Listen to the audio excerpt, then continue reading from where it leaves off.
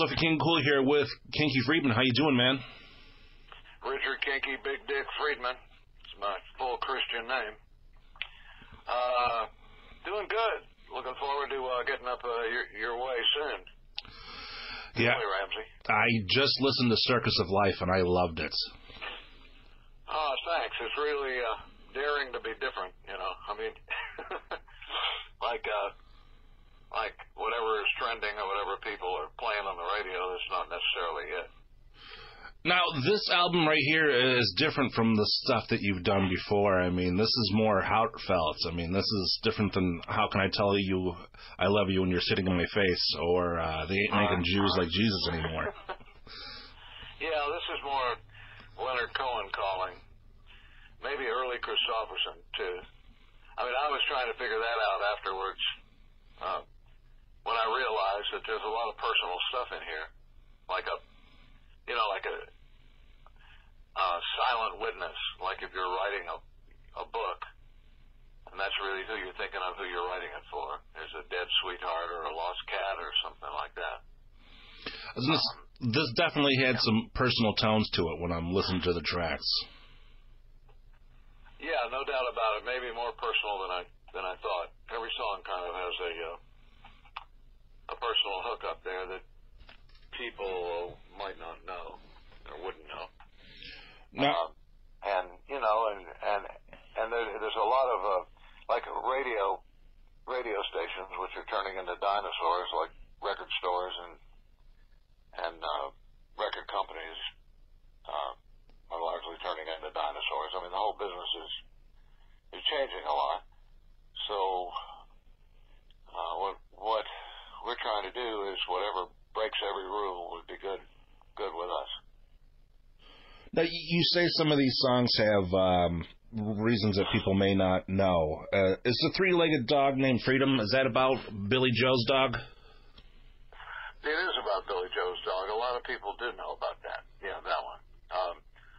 That Billy Joe Shaver adopted a dog from our rescue ranch, who was a three-legged pit bull found in an alley in Austin, Texas, named Mama. And they lived together quite happily until this past year, actually, when she was bugled to Jesus. Mama was, but she had a long and a very happy life. Largely thanks to Billy Joe Shaver. Now So according to that TV show, whatever that is, with the tour bus deal, I saved Billy Joe and Billy Joe saved Mama. Now going back to the from the Tales of the Tour Bus show, I mean, you had some great stories in there. Is there any chance of them doing an episode of just you?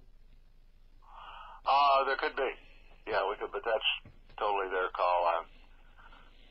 When it gets to being commercial, I try to avoid it as much as possible.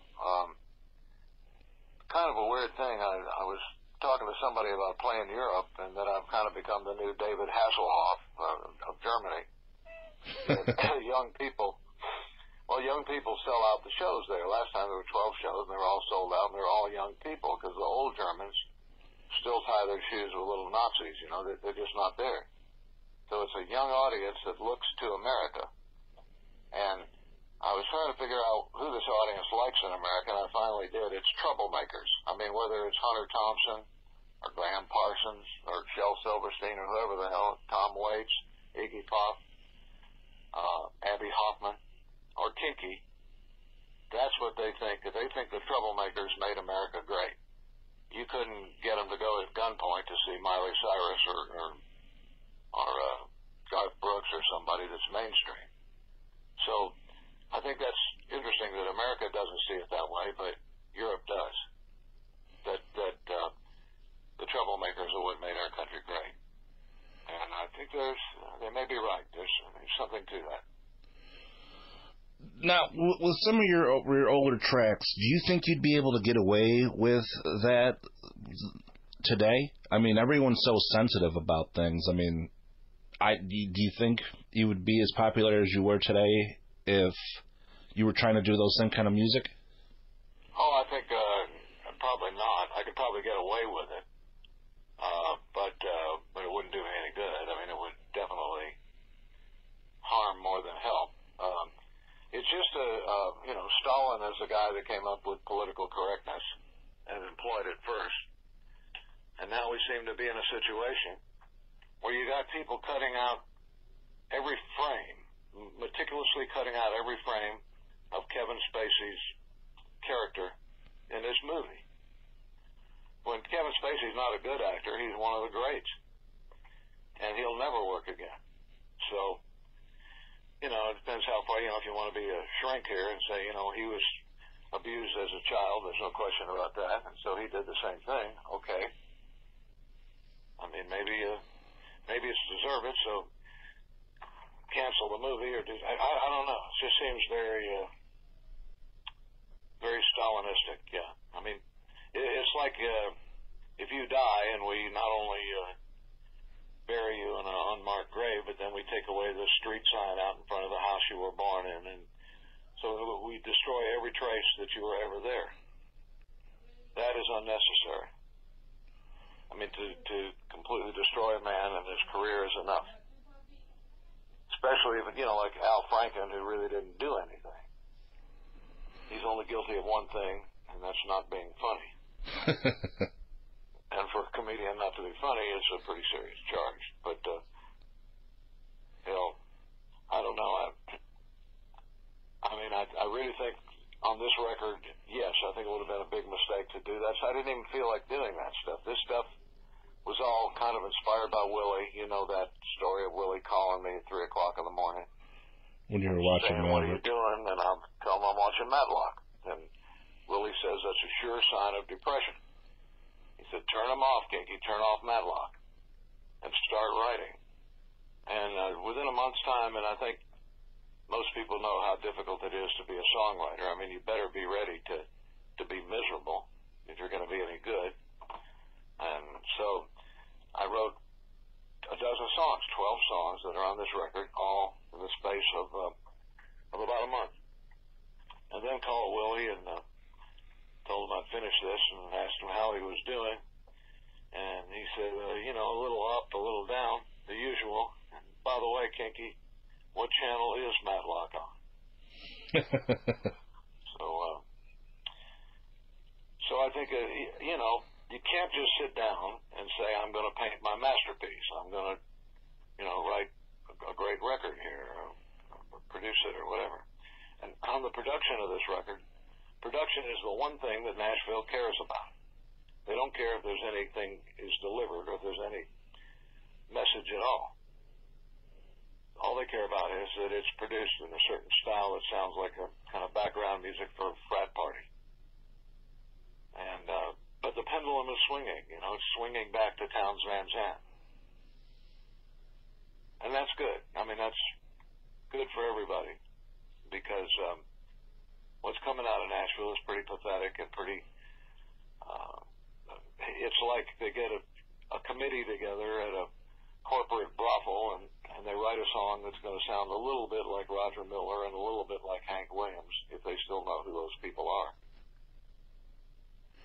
And they produce the same crap. And, I challenge you, you cannot hear, if you listen to a Beyonce record and a Taylor Swift and Miley Cyrus and Mariah Carey, you don't know which is which. They're so formulaic.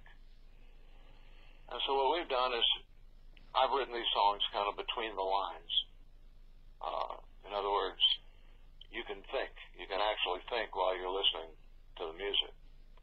And a lot of what ties this record together is Mickey Rayfield on harmonica, because he can do just about anything. And Augie Myers on accordion and Vox organ. And Joe Cerati, who played guitar, mandolin, fiddle, everything. He's New Jersey's gift to the world.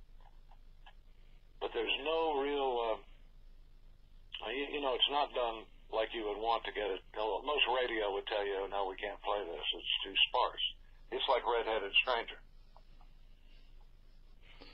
Now, so it may take a while for this to catch on, to sink in. But right now, I mean, the reviews have you seen some of these?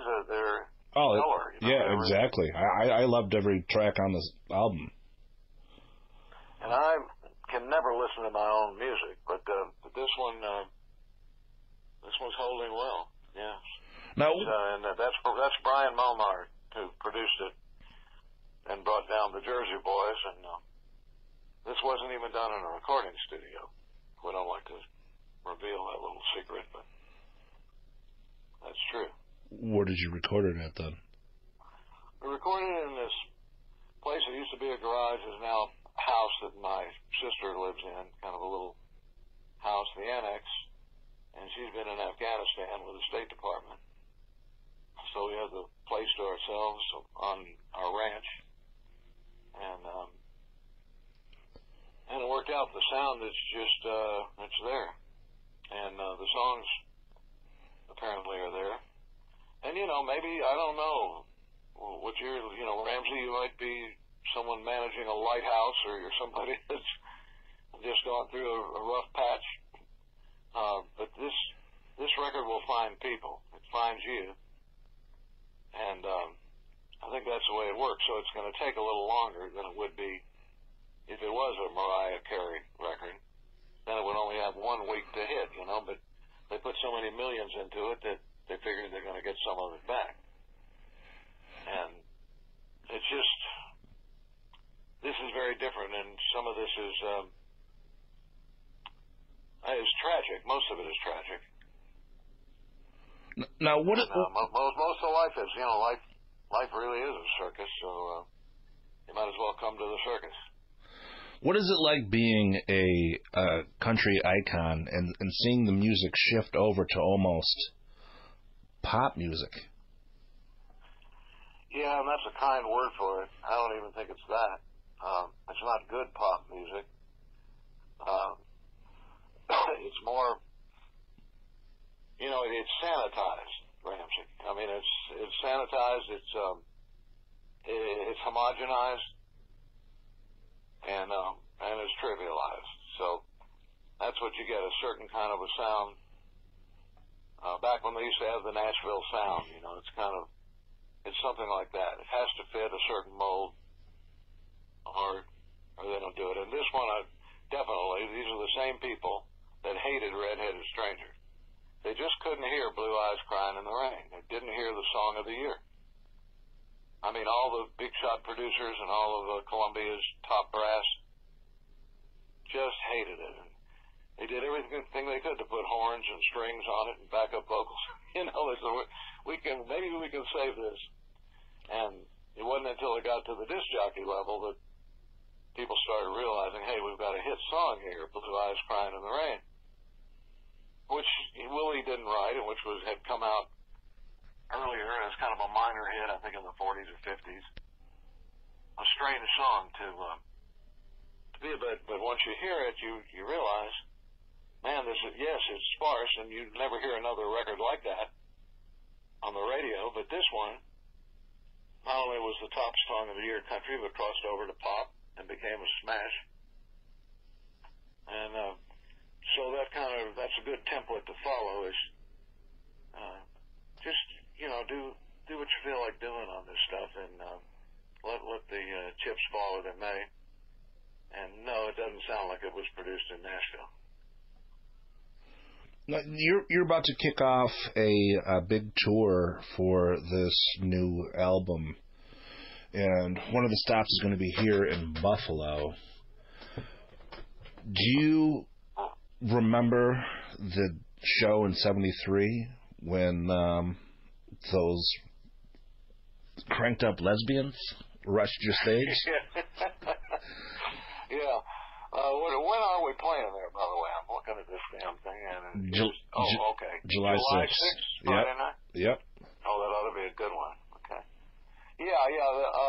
The show you're referring to is, I vividly remember, because Get Your Biscuits in the Oven and Your Buns in the Bed was kind of coming on as kind of a little underground hit. And this was only about the third or fourth show that you boys had ever done live for an audience at the University of Buffalo. And that's the one that the lesbians charged the stage and began fighting. They wrecked all the equipment. They were fighting with the Jew boys, and they were winning. And so the campus cops were called, and they gave us a protective escort off the campus. And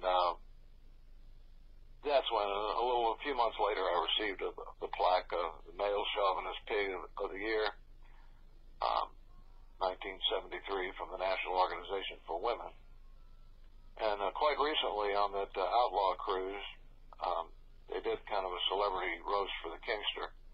And Steve Earle was one of the people involved.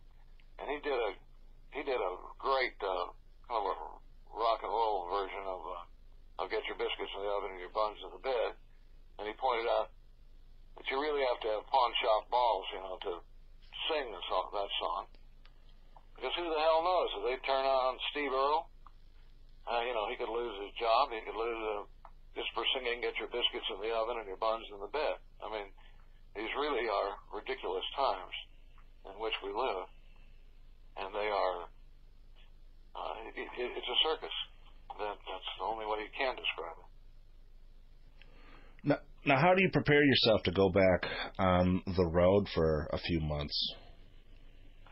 Well, the way we do it is I'm following the Willie Nelson model, which is never taking a night off.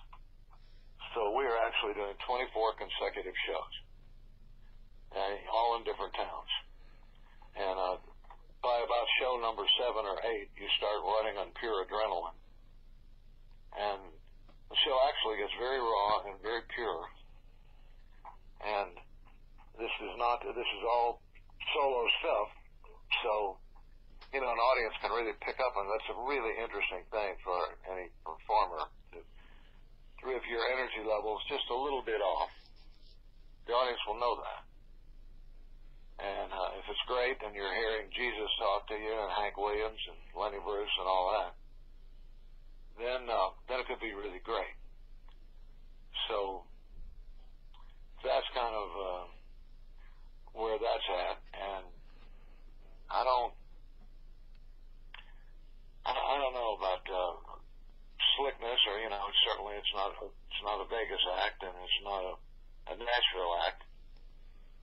So, and it's written and produced without thinking, what would a 16-year-old girl that's going to a tailgate party want to hear? How would she, And that's where they write songs today.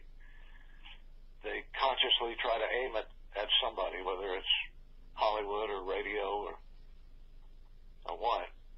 And the result has been pretty dreadful. I mean, the same handful of people are making millions and billions of dollars coming out of Nashville. And they're important. I mean, you can't say Justin Bieber isn't important to his publisher and to his fan club and all of that.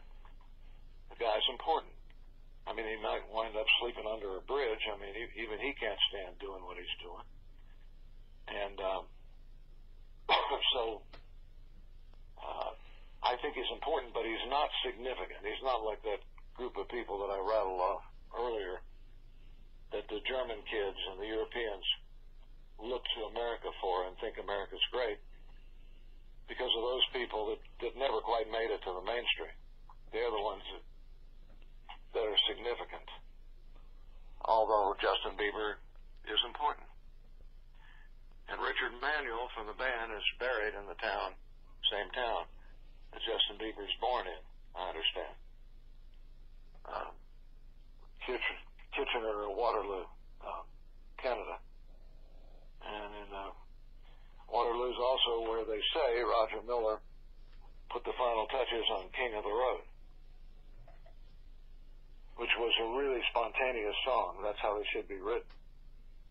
When he went to visit Willie, and Willie was living in his trailer park with his wife and 3 kids who were in poverty, right next to a used car lot in the Veterans Cemetery. And the trailer next to Willie had a sign that said trailers for sale or rent, which Roger Miller kind of caught Roger's eye. And that's how a great song is written. In my case, these songs have been percolating through my life for decades, probably, because it's very hard to write something like Jesus in Pajamas actually happened to me. in Dallas. Where about 3:16 in the morning, I was very depressed, didn't have any money, and this guy comes in with his in pajamas, and big, friendly-looking guy, kind of maybe mildly retarded or fucked up, or I don't know what he was, but so I left when he started drooling, and he was, I shouldn't have. I should have given him something. I didn't have anything unless I was going to write him a check, Right. So then about 5 minutes later, I was overcome by guilt, and I drove back to the Denny's and looked around, and he wasn't there. And I asked the cashier and other customers, there weren't many people in the place, did you see this guy with a dirty green knit cap and come in here in pajamas? Nobody had seen him. He was gone. And I wrote that song driving from Dallas to Fort Worth. Jesus in Pajamas, which I think is I don't know what's the best song on this record. Let them fight it out. Do you think that the show Tales from the Tour Bus brought a lot of you guys back into the spotlight? Well, I sure meet a lot of young people in airports and stuff who say, thanks for saving Billy Joe Shaver. I don't know at first what they were talking about. And I guess they're referring to Chuck fucking and cajoling him into going to Australia very soon after Eddie's death, his son. Was another one of these guys who was very talented and a very sweet person. They're always the ones who seem to die. It's never the asshole manager or agent, it's always the sweet, talented ones. And I never saw that whatever it's on HBO thing. Cinemax. Yeah. Well, if they call, they can speak to my lawyer, Sonny Corleone. We'll negotiate. But they haven't called yet, and I ain't waiting around for it. So,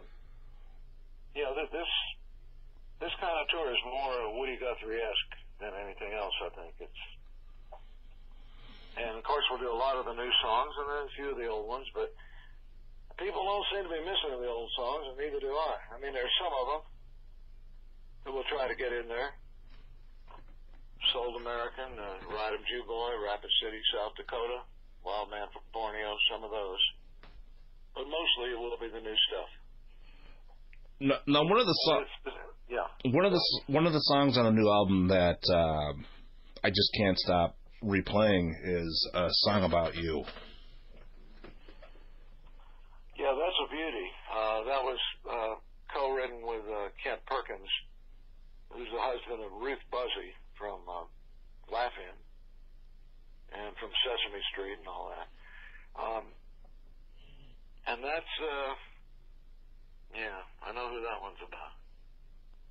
But, usually I don't know. When you write a song, you're not consciously writing it for somebody. And that was the case this time, too.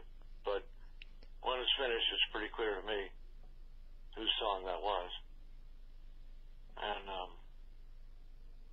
Hawaii is a very happy, sad place, I mean, it's a nation that lost its, we came in there and that was the end of it. But it's got a floating population of hundreds of thousands of people that come through there.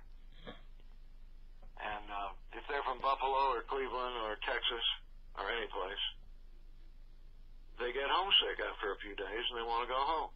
Right.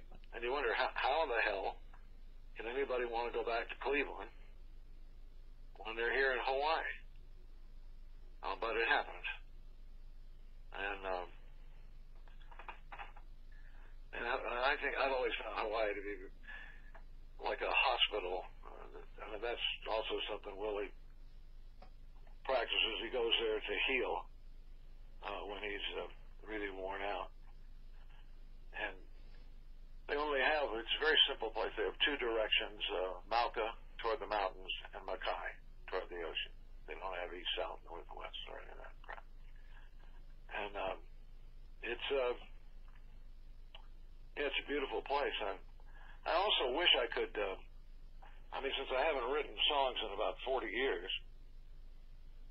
that's hard to believe. When was I in Buffalo? 73 was the first year of the Jubals. It must have been 73.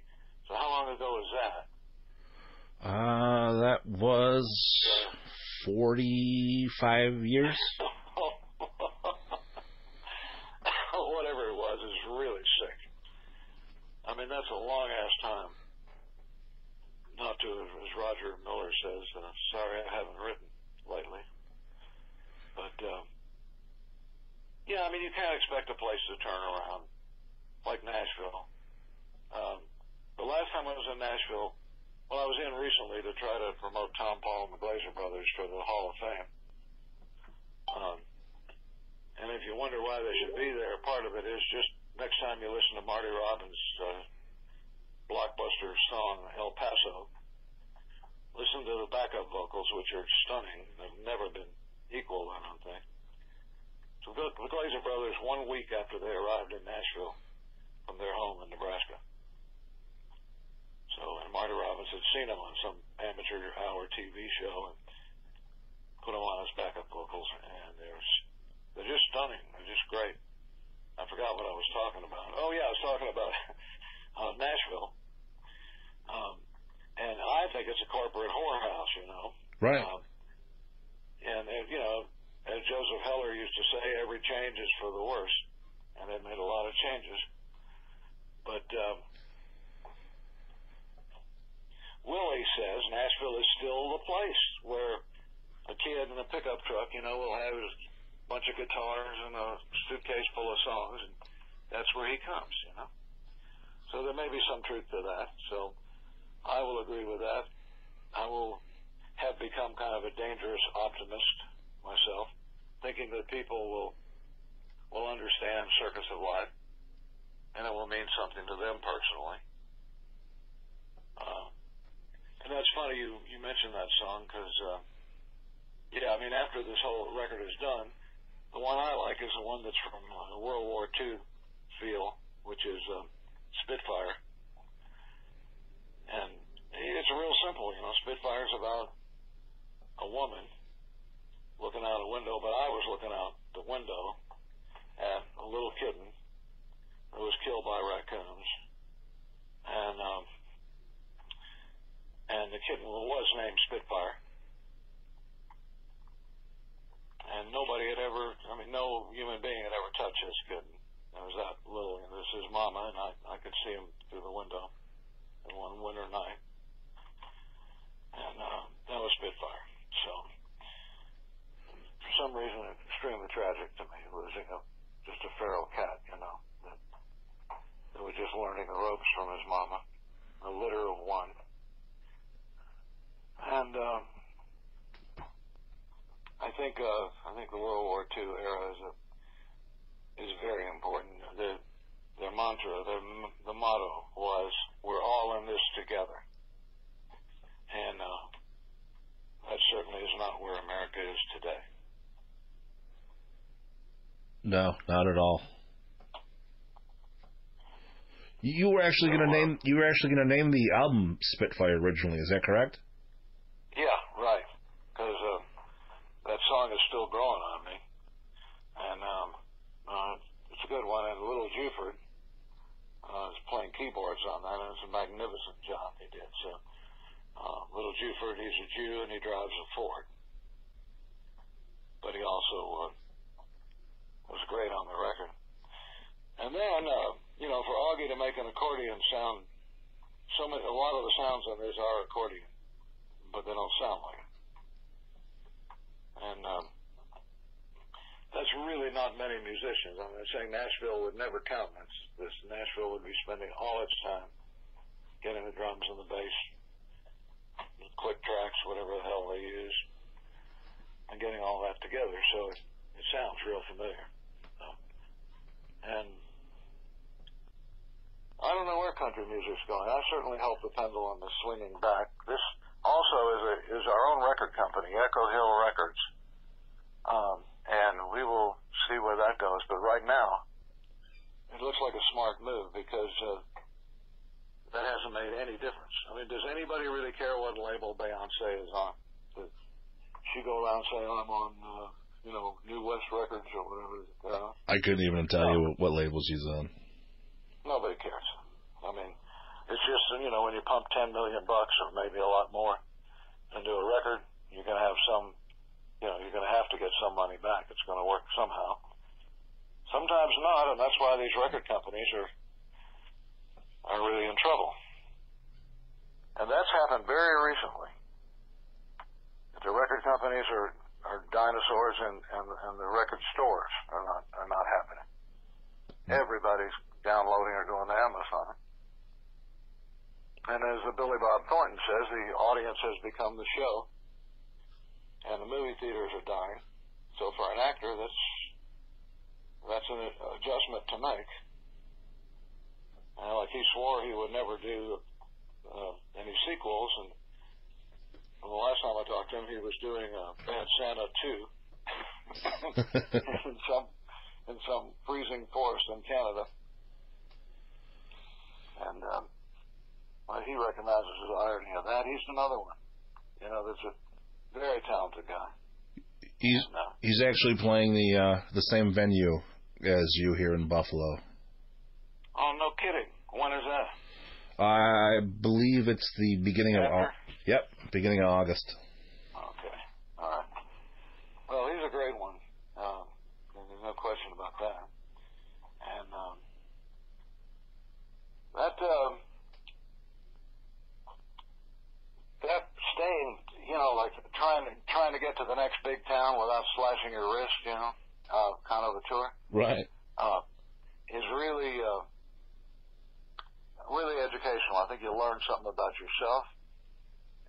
And, of course, doing it like a troubadour that rides into town and rides out, like we're doing it. I mean, if you are off your feet, you can't... I can drink Mexican mouthwash during the shows, but if you get really screwed up, it's very noticeable on a show like this. Whereas if you have a rock and roll band with you, you can lean on it even though you're totally toasted in it, Right. So there's a difference there. You're really doing a performance here, and the audience picks up on a lot of nuances and a lot of things. And we try to, I've really enjoyed playing, the reason I like Europe and I like Australia so much is the audiences, let's say, I can tell them that these songs are new songs. And so I'm working without a net. I haven't performed them very much. So I might screw something up. And if I do, I just walk over, I just go, fuck. Right. And then I walk over a few feet and have a little shot of Mexican mouthwash, tequila, and come back and usually get it right. And the European audiences just love that. And they believe it's performance art.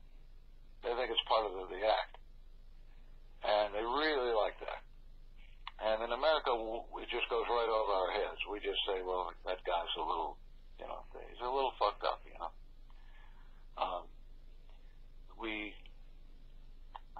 I don't know what we are searching for. I also know that for a Jew, to be playing in Germany, to be playing in Munich and Nuremberg and places like that, it's almost like standing on a Native American burial ground. Right. But then I realized that the audiences are all kids that weren't even around at the time of World War II. Had nothing to do with it. And that if I went to, what is that thing called, Ancestry.com, I might find that my relatives were defenders of the Alamo. But the German kids are definitely not going to find that. They pretty well know what they're going to find. That their grandfather, shot 200 little gypsy children in a ditch one Sunday afternoon. That's what they're going to find. So that may well be the reason that they favor troublemakers. And their emotions. If I do a song like the Ballad of Ira Hayes, in Germany, or Sold American, or Ride 'em Jew Boy, any of those three, you can actually see people weeping in the audience, Ramsey. I mean, they're very emotional. So, and they also know their stuff. They know every song I've ever written. They've read all my books in German. And so they make a great audience. And if I become the new David Hasselhoff, so be it. Definitely. I mean, it's got to be great. I guess. It's got to be great to connect with the fans on that level, though, too. It's terrific. And the other thing is they're very, they are interested in American politics.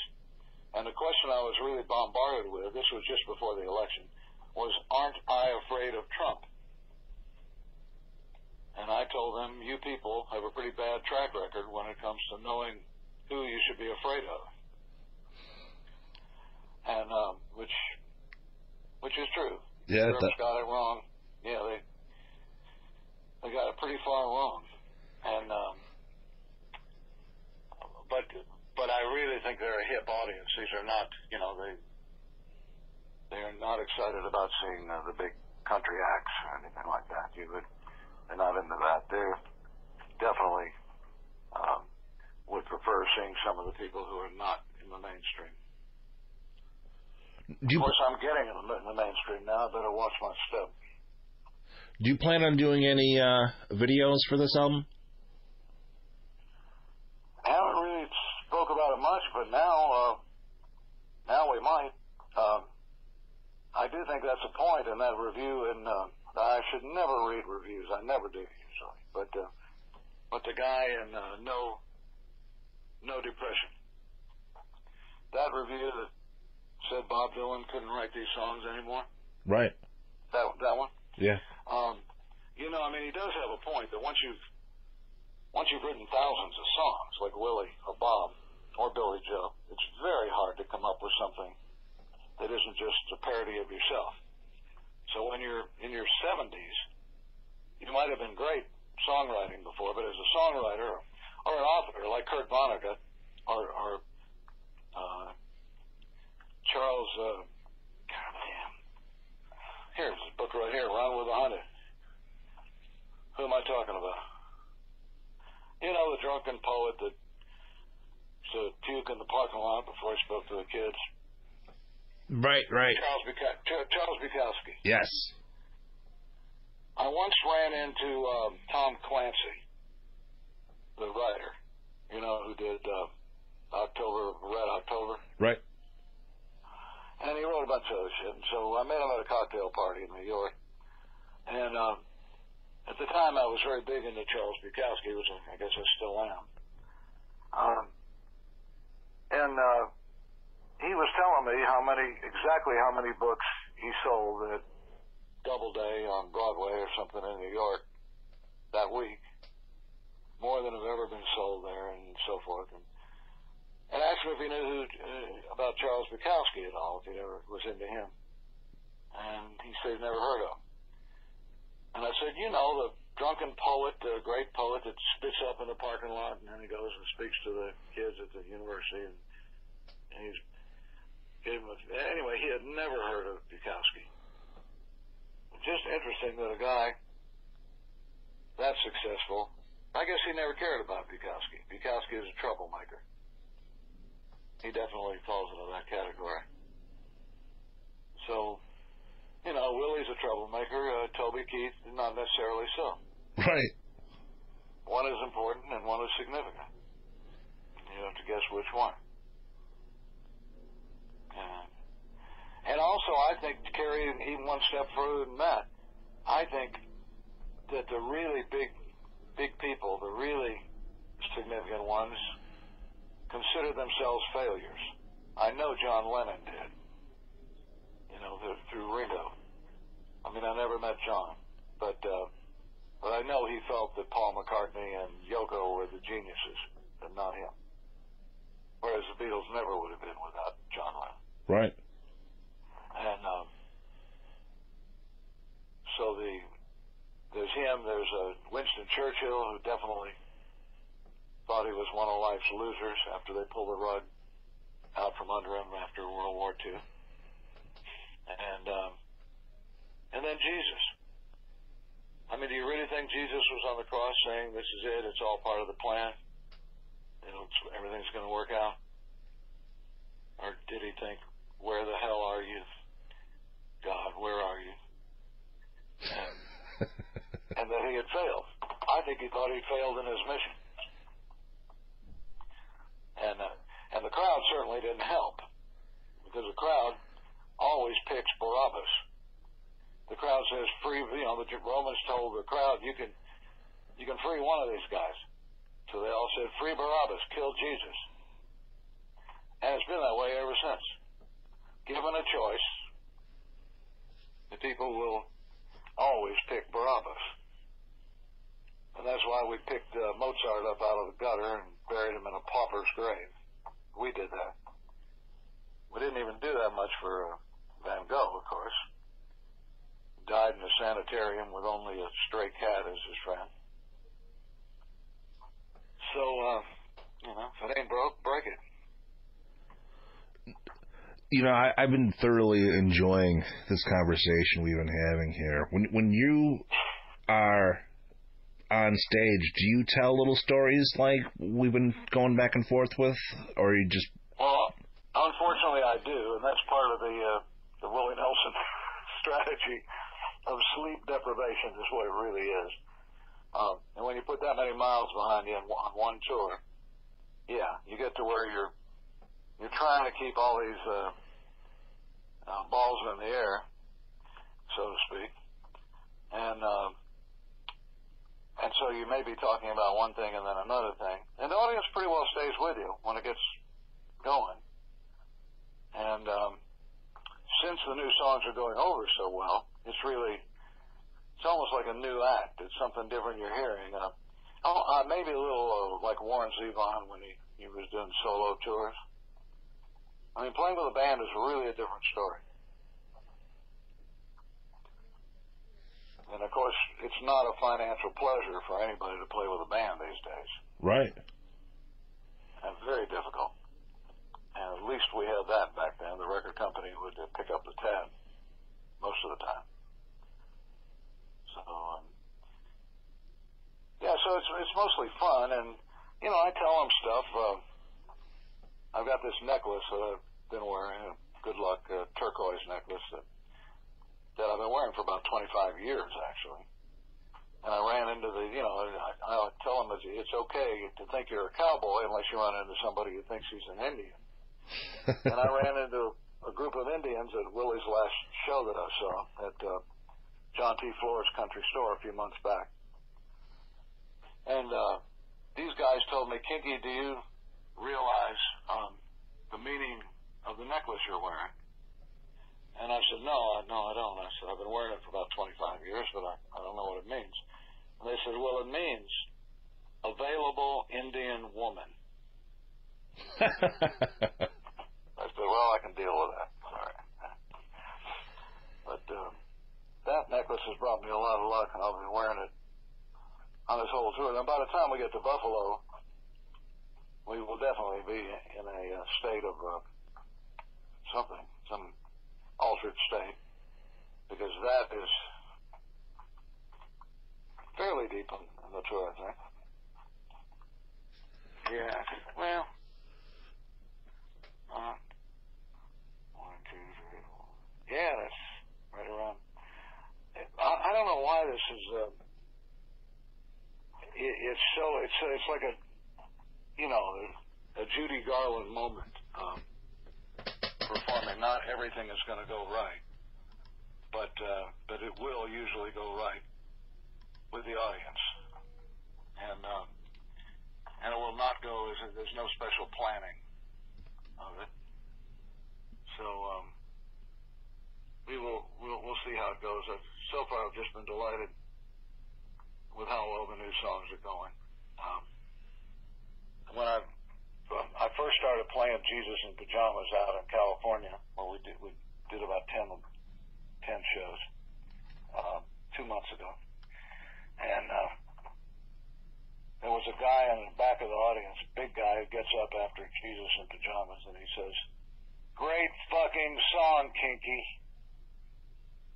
And it's California. California, you know, they're really crazy out there, but they start all the trends, and they love the new songs. It's almost like seeing a new act, you know? Right. This is very different, and the crowds have been great. And, you know, I don't know what you do if you're a success. That's tough. You know, that's one to ask Willie, because Willie, as a failure, was really a colorful guy, you know? He left his family any number of times ran off. He was a rogue, you know, a scoundrel. He literally slept on the shoulder of the highway. And, I mean, he was scraping, you know, struggling. In fact, those three of arguably his best songs were all written in the same week, when he had no money, 2 flat tires on his car, and was living in Houston. And that's when he wrote Nightlife, Funny How Time Slips Away, and Crazy, which he originally titled Stupid. So, that's the Friedmans say I've been running on too long here.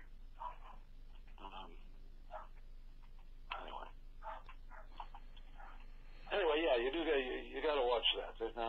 I'm starting to ramble like a man in a mental hospital, you know. Now, one last question before I let you go. I understand you are a big marijuana advocate, but you only smoke when you're with Willie, is that right? That's right. It's kind of a form of Texas etiquette, you know. I feel I have to. And it definitely throws my timing off totally. Willie is perfect. You know, smoke a boatload of it. And I don't play golf either. Willie, it's like a religion to Willie. The only 2 good balls I ever hit was when I stepped on the garden rake. Stepped on the garden rake. I did want to mention that I was at a Green Beret convention last week in El Paso. 1,000 Green Berets and Special Forces guys. And a very touching, emotional kind of experience. I want to make sure these guys aren't getting into too serious. All right, what's going on here? What's happening? What is it, Winnie? What are you doing? All right, hang out there. What is it?